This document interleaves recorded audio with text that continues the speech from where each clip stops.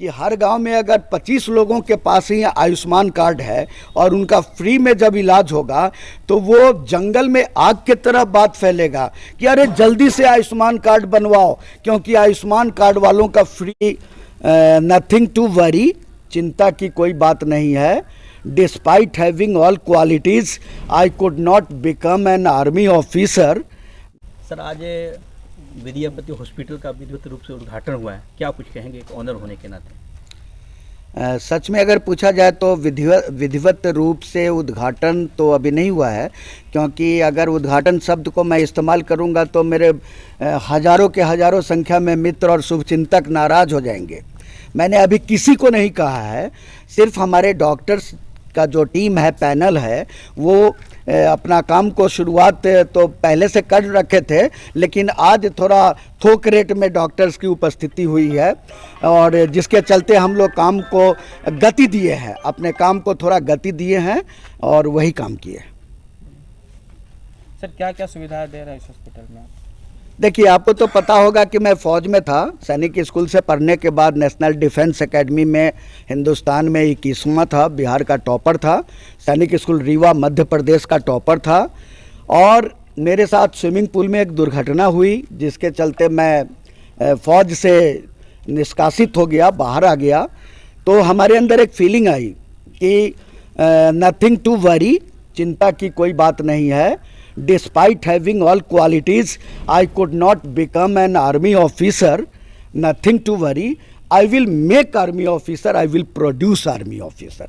मेरे अंदर एक जज्बात डेवलप हुआ कि मैं समाज के अंतिम पंक्ति में जाकर, ग्रास रूट लेवल पे जाकर, घास के जड़ में जाकर मैं समाज का सेवा करूंगा और शिक्षा और स्वास्थ्य के क्षेत्र में करूंगा, जो कि बहुत आवश्यकता है।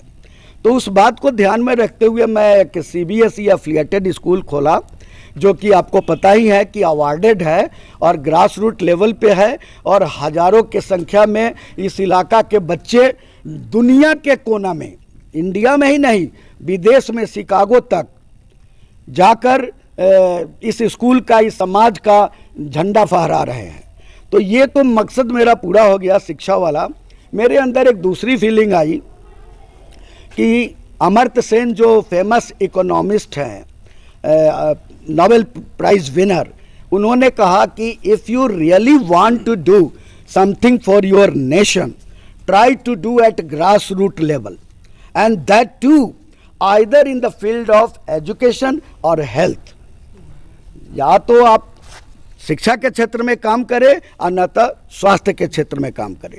तो शिक्षा के क्षेत्र में तो मैं काम कर रखा था, जो कि आप सभी जानते हैं। अब मेरा ये अगला वेंचर जो है सो स्वास्थ्य के क्षेत्र में है, जो कि ANM, GNM, BSc nursing college और साथ में हॉस्पिटल। सर, इस हॉस्पिटल में किस किस डिपार्टमेंट के डॉक्टर मौजूद होंगे? अभी तो फिलहाल हमारे पास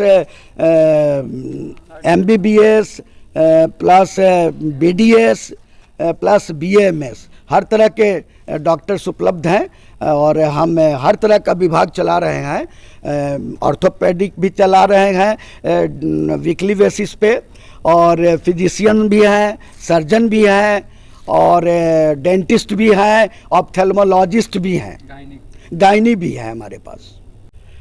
मैं तो क्षेत्र के लोगों से यही कहूँगा कि लाभ उठावें और निकट भविष्य में बहुत जल्दी प्रधानमंत्री जी की जो योजना है फ्री चिकित्सा, वो मैं देने जा रहा हूँ, ताकि लोगों को फी नहीं लगे और मुफ्त में इलाज हो और योग्य लोगों के द्वारा इलाज हो, पढ़े लिखे योग्य लोगों के द्वारा।